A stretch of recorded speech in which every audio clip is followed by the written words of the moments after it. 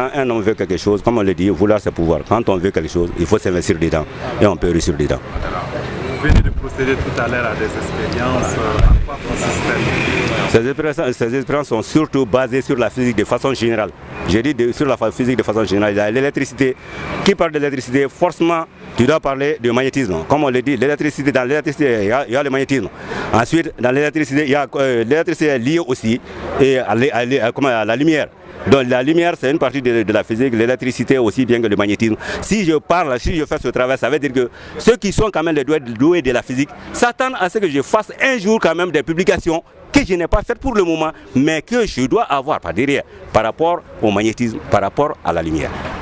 Donc les données que j'ai aujourd'hui, que je puisse quand même mettre sur la table aujourd'hui, sont contraires à ce qui se trouve dans les livres, mais c'est de façon pratique. La science, c'est la pratique, ce n'est pas la croyance. Nous ne devons pas nous fier à ce qui est dans les livres, mais chaque fois que nous apprenons quelque chose dans les livres, vérifions. Même si les élèves ou bien les apprenants n'ont pas soit cette volonté ou bien cette intelligence, quand même il doit y avoir des comités, si vous voulez, scolaires ou bien des comités universitaires qui doivent être chargés par rapport à au contrôle ou bien par rapport à la vérification des données de physique. Et ce n'est pas la donnée seulement, même les dessins. Je n'en ai pas parlé aujourd'hui, même les dessins. Si vous vous fiez aux dessins qui se trouvent dans les livres de physique, les schémas, ça sera difficile pour vous d'aboutir. Donc ces schémas méritent d'être corrigés.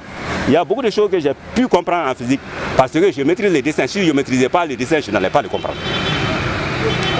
Vos expériences s'inscrivent-elles dans la science expérimentale ou bien ça contredit la science expérimentale?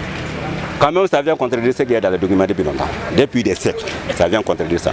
Par exemple, dire le courant sort par la borne positive pour entrer par la borne négative. Vous venez de voir ça. Si c'est vrai ou si c'est faux.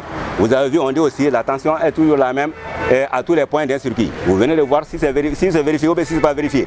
Les miroirs de Fresnel. Fresnel disait qu'il y a réflexion de la lumière, c'est ce qui produit les franges. Vous avez vu si c'est une réflexion ou si c'est quoi? En réalité, ce sont des erreurs qui viennent d'être démontrées. Même quelqu'un qui n'est pas un homme de la profession, la personne quand même sait sur ce qu'elle voit devant elle, peut faire un certain jugement des choses. Les choses sont claires.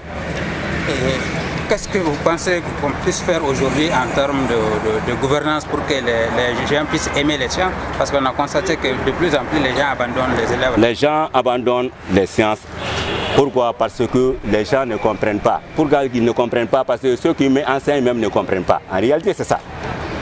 Comme on le dit, ce qui n'a pas été bien compris ne peut pas être bien expliqué. Non. Même rien que les phénomènes physiques, quand on demande à nos professeurs, le plus grand nombre des professeurs quand même, quand on leur demande d'expliquer un phénomène physique, généralement vous avez des problèmes. Si vous avez quand même des connaissances de base, vous avez des problèmes. Par exemple, demandez à un professeur de physique, dites-moi en bambara, vous êtes en train de donner cours de physique à mon enfant, chaque fois vous parlez de notion impédance, je ne comprends pas bambara, et je ne comprends pas français. Dis-moi en bambara, impédance c'est quoi? Impédance c'est une faites l'expérience. Vous n'allez pas trouver des professeurs qui pourra être à mesure de vous répondre de façon très claire. Il va rester tergiversé. Qu'est-ce que ça veut dire? Il est en train de réciter. Généralement, une fois que vous parlez de notions de physique, on vous récite tout un livre. Tout un livre, on ne fait que réciter des formules, des formules mal comprises. Donc pour que les sciences soient accessibles, il faut forcément aux enfants ce dont ils ont besoin, sinon aux scientifiques ce dont ils ont besoin, c'est-à-dire les appareils, les dispositifs dont ils ont besoin et à moindre coût. Nous, les intellectuels, nous pouvons les inventer parce qu'ils en ont besoin. Mais la matérialisation, l'industrialisation, nous n'avons pas ces moyens. Maintenant, c'est aux citoyens.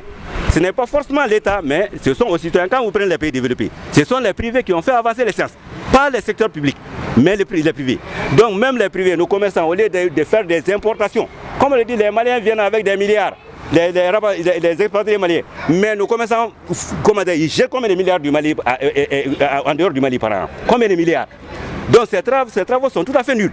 Donc en réalité, si nous parvenons, les inventions que nous avons ici, si nous parvenons à les industrialiser, les mettre à la disposition de nos élèves, de nos étudiants, ça les permettra d'aller plus vite. Et ça sera un secteur de production et d'exportation pour le Mali aussi. Ça permettra de lutter contre le chômage, parce que ça contribuera à la création d'emplois et nos enfants ne partiront plus à l'étranger.